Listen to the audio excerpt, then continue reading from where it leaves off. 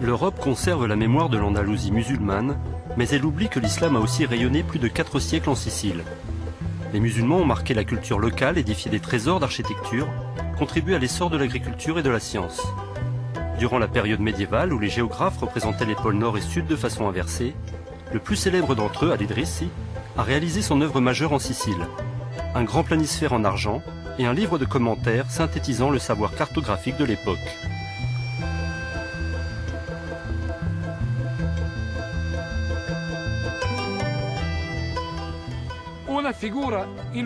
Une figure éminente de la culture arabe en Sicile est sans aucun doute Al-Idrissi. Je le considère comme le père de la cartographie moderne. En effet, il a travaillé toute sa vie à Palerme parce qu'il a été invité, très jeune, par le roi Roger II de Hauteville, le premier roi normand de Sicile, couronné en 1130.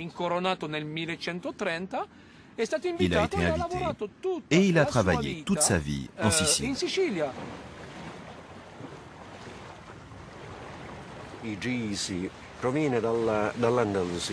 Al-Idrissi est venu d'Andalousie, précisément de Ceuta, mais il vivait en Andalousie. Il arrive vers 1130 et effectue ses recherches durant une vingtaine d'années.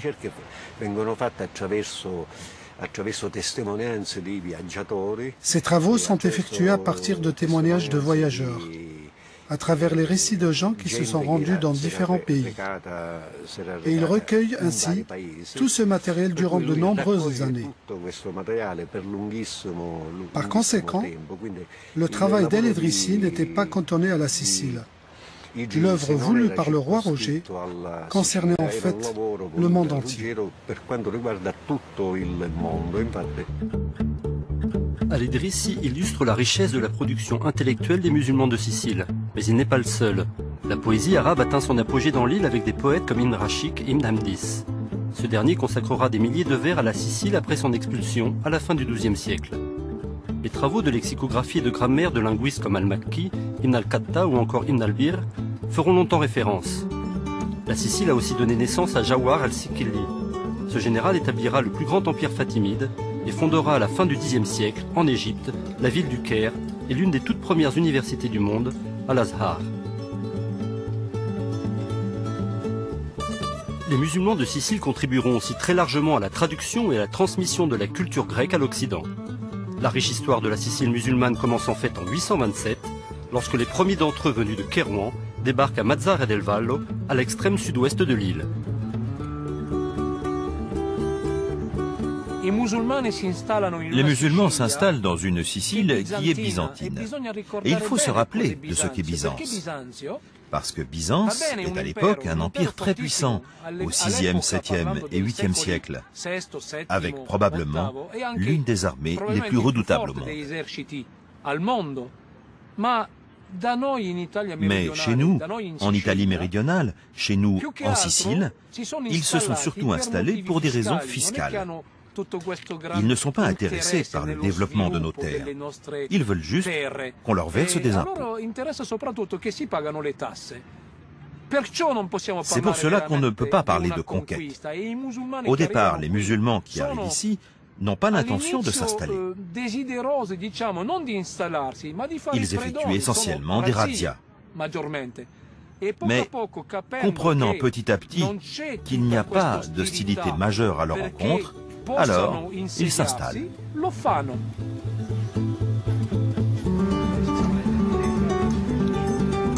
Malgré le ressentiment de la population locale à l'égard des Byzantins, il faudra 75 ans de durs combats aux musulmans pour devenir maître de la Sicile. Palerme, prise dès 831, devient leur capitale et connaît un rapide essor économique. Elle comptera jusqu'à 300 000 habitants et plus de 300 mosquées. De nombreux autres sont construites dans toute l'île, mais il n'en subsiste aujourd'hui qu'un seul vestige, découvert dans le site archéologique de Segesta, à l'ouest de la Sicile. Quant à la population musulmane, elle est à l'époque très hétérogène.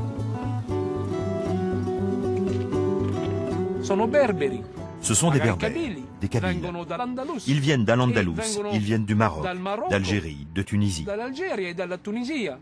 Nous ne sommes pas en présence d'une ethnie. d'un peuple. Mais il y a quelque chose de très important, une identité collective religieuse. Ils sont unis dans la religion.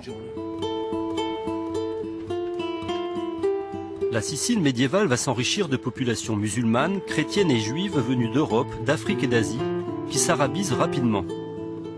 La petite ville de Cefalù au nord de la Sicile témoigne du développement que les échanges interculturels et le commerce avec le bassin méditerranéen vont offrir à la Sicile. Parmi toutes les techniques mises au point par les musulmans, celles qui concernent l'eau sont les plus remarquables.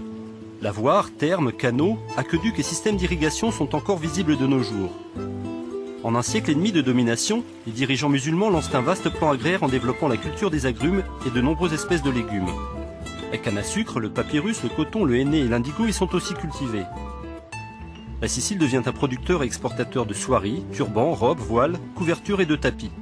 Les musulmans construisent de nombreux bâtiments, établissent une administration efficace et favorisent un développement équilibré du territoire entre villes et campagnes. Mais malgré le faste de cette période, des dissensions internes mettent fin à la domination musulmane et en 1091, la Sicile passe aux mains des Normands. La seconde période d'unité pour les musulmans a lieu sous la domination normande, lorsqu'ils retrouvent une identité dans cette société. Et ce sera la deuxième époque du monde musulman en Sicile. Un monde capable d'échanger avec les Normands, au point de marquer cette société par un dialogue interculturel dont ne sont pas exclus les Juifs, encore très nombreux à l'époque.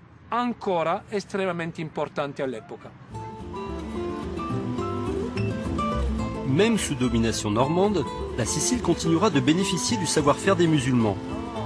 Une tour de guet subsiste aujourd'hui sur le mur de l'ancienne ville de Palerme, au sein de la demeure du comte Federico. Elle témoigne de la maîtrise technique des musulmans de l'époque.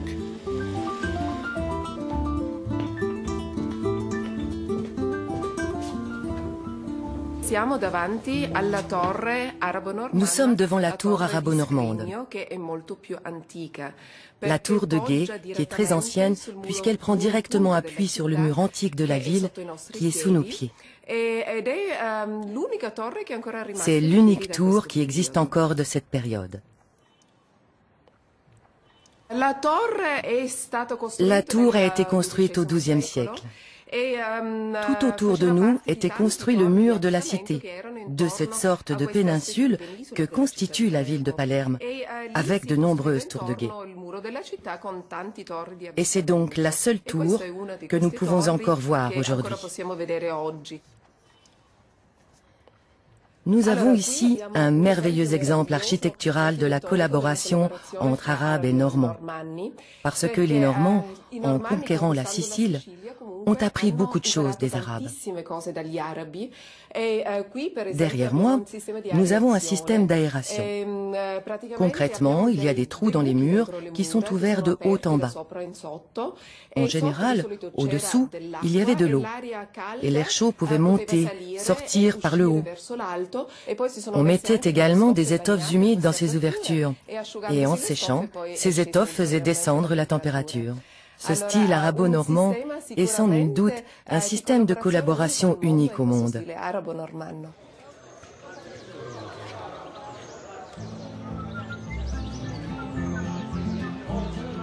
L'arrière-pays témoigne encore de la richesse de la présence musulmane. Les techniques développées trouvaient leur application dans toute la Sicile. Le petit village de Cefaladiana au nord de l'île possède l'unique exemple de thermes du Xe siècle. Des bains d'eau chaude qui ont fonctionné depuis l'époque de l'émirat arabe de Sicile jusqu'à une période toute récente.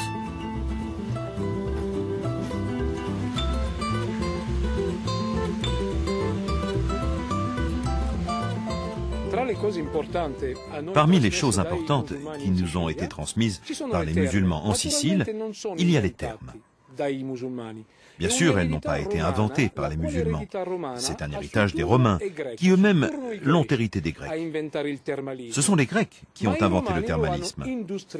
Mais les Romains l'ont industrialisé. Et ainsi, tout ce qui a été développé par les Romains a été adopté par les musulmans. Mais les musulmans ont conféré à leurs thermes quelque chose de sensationnel, du point de vue esthétique, et même une vision hiérarchique. La vision hiérarchique est celle de l'émir qui bénéficie de la première eau, suivi d'un bain collectif pour tous les autres. Les gens se baignaient dans une eau autour de 35 degrés, donc quelque chose de très agréable. Sans compter que cela faisait aussi fonction de hammam, parce que l'environnement était empli de vapeur. Et dans ces thermes de Cefaladiana, on voit clairement des trous dans le plafond qui permettaient à la vapeur d'eau de sortir. Sous domination normande, la population sicilienne est encore constituée de 60% de musulmans. Comme la quasi-totalité de leurs sujets, les rois normands parlent arabe. Grand admirateur de cette culture, Roger II de Sicile était entouré à sa cour de soldats, de poètes et de scientifiques musulmans. Il a employé des architectes arabes à la construction de ses bâtiments, notamment de la chapelle palatine. Et le manteau royal de son couronnement portait une inscription en arabe avec la date de l'hégire. C'est un système excellent, qui a parfaitement fonctionné et qui a garanti à la Sicile plus d'un siècle de stabilité entre les communautés. C'est une période phare. Il y a quelque chose que l'on voit dans tous les palais durant cette période normande. Ce sont des inscriptions en arabe koufique qui parcourent les frises en haut des murs et qui sont des éloges adressés au roi.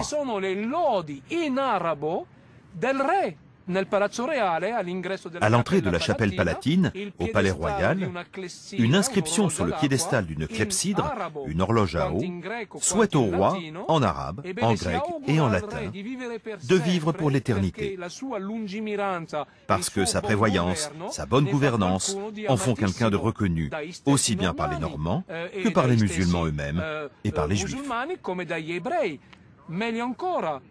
Autre fait remarquable, nous avons la mémoire écrite d'un tremblement de terre. Et dans le palais royal, c'est la panique. Les gens sont épouvantés.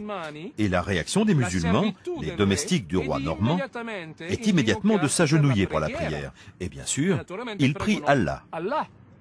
Le roi sort de ses appartements et il trouve ses domestiques au sol qui, naturellement, se lèvent, par respect pour lui. Le roi dit alors, « Non, je vous en prie, continuez d'invoquer Dieu. Ce n'est pas un problème que vous priez. Nous implorons le même Dieu. Priez donc. » À Palerme, la mosquée côtoie la synagogue. De nombreux chrétiens s'habillent à l'oriental et l'arabe est encore leur langue maternelle. Comme dans les palais d'Orient, la résidence d'été du roi normand, la Ziza, est rafraîchie par les fontaines et de petits canaux. La monnaie des rois normands est toujours frappée en arabe et est datée d'après l'hégire. Les registres de la cour royale sont rédigés en arabe. Le droit normand s'inspire largement de la loi islamique et l'élite de l'administration est pour l'essentiel composée de musulmans. La cathédrale de Palerme verra le jour au XIIe siècle sur l'emplacement de la grande mosquée du Vendredi, fondée 3 siècles plus tôt. À l'entrée, un cartouche en arabe rappelle la coexistence pacifique des 3 religions monothéistes. Mais sous la pression de l'expansion de l'Église de Rome, le roi Frédéric II met brutalement fin à cette période fructueuse en expulsant les musulmans au début du XIIIe siècle. Questo allontanamento degli arabi anche dalle varie cariche, gran parte delle cariche pubbliche, anche sotto i... Sous les rois normands, une grande partie des responsabilités publiques était assurée par des musulmans. On ne faisait pas de distinction. Mais ensuite, on assiste progressivement à ce que l'on appelle la chasse à l'arabe. La tentative de se débarrasser des Arabes, une situation qui culmine avec Frédéric II.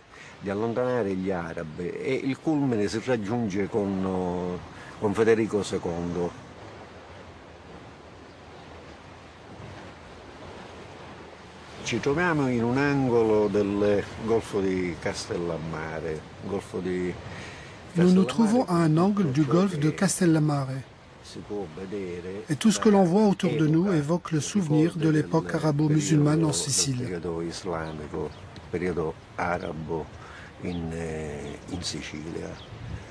Les montagnes qui se trouvent en face de moi abritaient des cités aujourd'hui détruites comme Tunisi, une des places fortes de la résistance arabe. Il existe une nouvelle ville de Tunisie qui a été créée à un autre endroit. Tunisie a été détruite à l'époque de Frédéric II. À partir du XIIIe siècle, l'Église n'aura de cesse d'éliminer les traces de la présence musulmane en Sicile et de gommer toutes les références à une coexistence pacifique et féconde entre religions.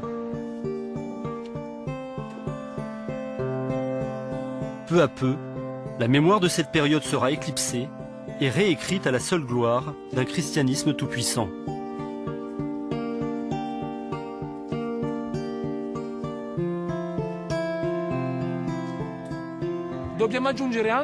Il faut également ajouter un autre élément culturel que l'on voit souvent à Palerme, le théâtre de marionnettes. Parce que le théâtre de marionnettes n'est rien d'autre que le pendant de ce que les Français appellent la chanson de geste, qui est la chanson de guerre.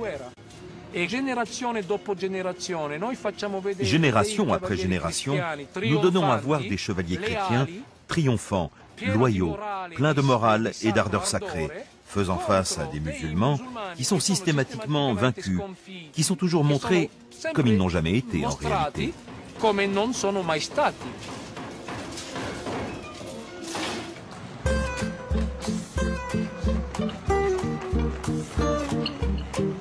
Vincenzo Argento est le dernier fabricant de marionnettes de Palerme.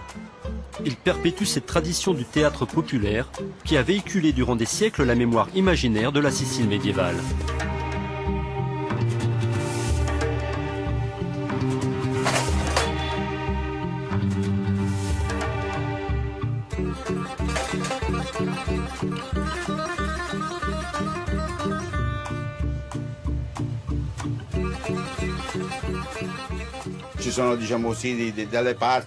Il y a des scènes très belles qui racontent ces faits où les musulmans prennent une dimension importante dans le théâtre.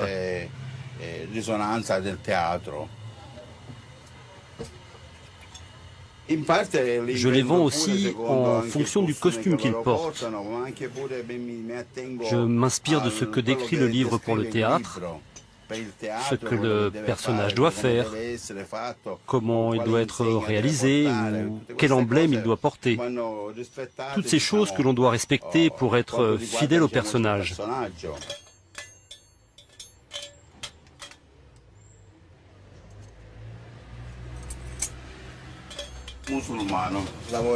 Voilà un musulman. Vous voyez le travail qu'il y a ici. Il porte la demi-lune et l'étoile. Il porte son emblème. Et même le cimeterre. Donc c'est un travail très minutieux sur lequel on passe beaucoup de temps.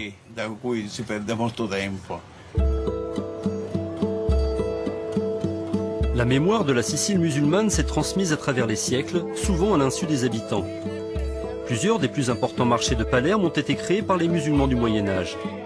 On y retrouve encore aujourd'hui de nombreux produits venus à l'époque médiévale, d'Irak, d'Iran, ou même des régions islamisées de l'Inde ou de la Chine.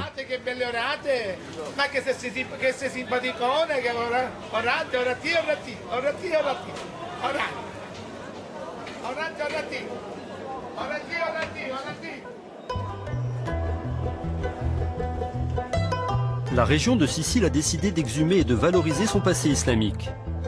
Située sur les hauteurs de Palerme, la cathédrale de Monréal a notamment été construite par des architectes et artisans musulmans sous le règne de Guillaume II. Cesare est chargé de restaurer les mosaïques du sol, réalisées au Moyen-Âge par des artisans venus d'Asie centrale. C'est en méditant sur ces formes géométriques qu'il s'est converti à l'islam il y a 8 ans.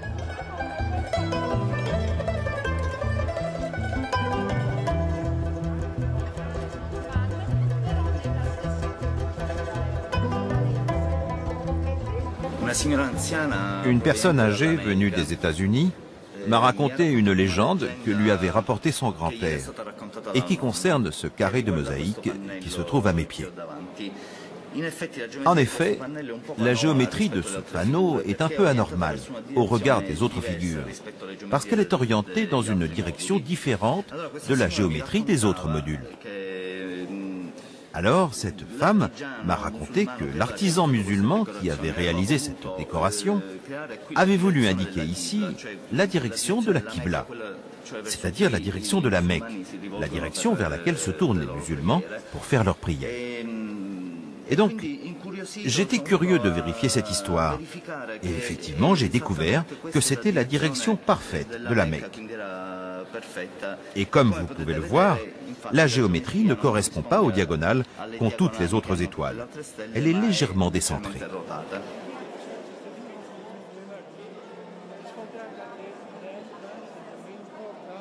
Il est intéressant de ressentir le lien qui existe entre l'histoire médiévale de la Sicile, c'est-à-dire entre la période où la Sicile était Dar al-Islam, une terre musulmane, et la conversion de nombreux Italiens à l'islam. Cela me fait penser à un jardin qui est labouré, défriché, dans lequel il ne reste même pas un brin d'herbe. Et quand il se remet à pleuvoir, même ce qui semblait mort se met à refleurir. Ainsi, ces graines que l'islam avait laissées dans cette terre au XIIe siècle émergent à nouveau, comme si la Sicile avait été un lieu où les différents aspects de la spiritualité universelle pouvaient coexister en harmonie, avec intelligence, avec créativité. Aujourd'hui, ces conditions sont à nouveau créées et les musulmans peuvent professer une foi, une spiritualité qui ne s'oppose pas à celle des autres cultures, mais qui s'harmonise et se complète.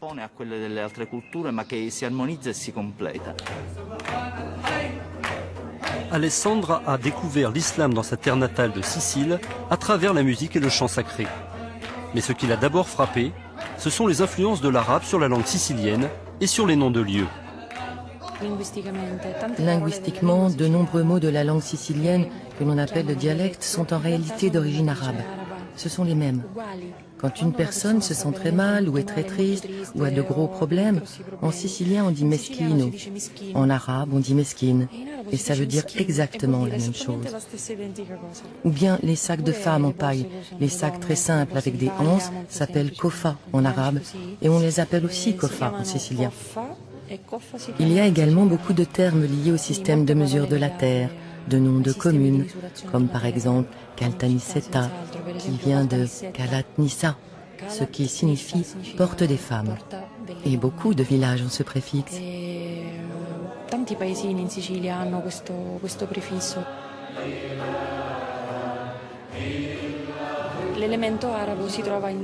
L'élément arabe se retrouve dans de très nombreux aspects.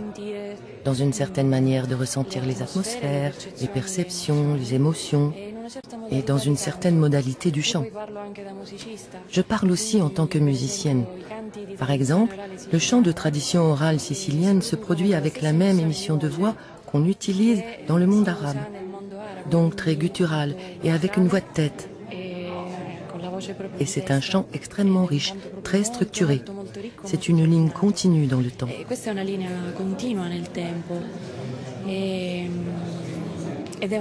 C'est un aspect très fort, très beau. Tout le monde n'en est pas conscient, mais en l'étudiant de l'intérieur, en étudiant la musique, cela devient un fait vraiment très évident. Il y a la même façon d'utiliser la voix, la même façon de porter la mélodie, la même façon de l'enrichir. Cela m'a beaucoup frappé, m'a poussé à étudier en Tunisie et à étudier l'instrument dont vous m'avez vu jouer tout à l'heure. Et cela a été la clé qui m'a permis d'entrer dans l'islam. J'ai commencé à étudier la musique sacrée et c'est ainsi que je suis parvenue à la mystique soufie. Mon entrée dans cette voie est justement due au fait que je suis sicilienne et que j'aime la musique. Je m'intéresse à la lutherie, à la fabrication d'instruments orientaux. Avec un ami musicien, nous avons un projet ambitieux, inspiré par les peintures du plafond de la chapelle palatine, où sont représentés des musiciens du XIe siècle. Faire une reconstruction historique et scientifique de ces instruments et retrouver les sonorités de la musique telles qu'on l'a jouée en Sicile au Xe et au XIe siècle, avec ses influences asiatiques, parvenues jusqu'à nous grâce aux musulmans.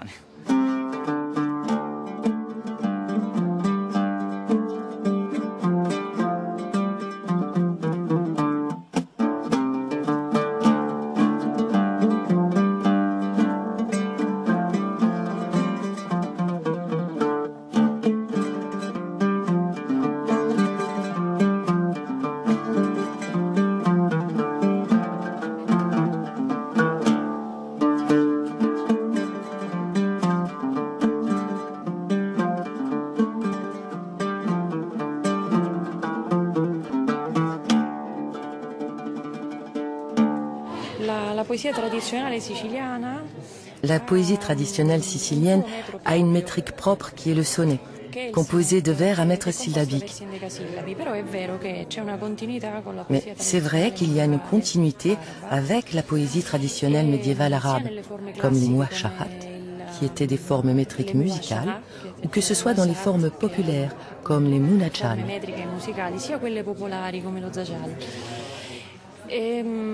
Dans beaucoup de cas, il est resté également des images.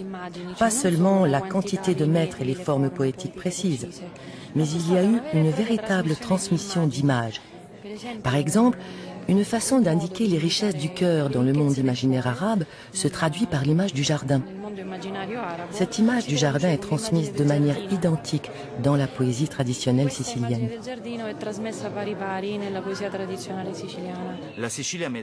La Sicile médiévale a été un exemple très éclairant sur la façon dont des cultures et des religions diverses, des langues différentes, des traditions culturelles distinctes pouvaient vivre ensemble.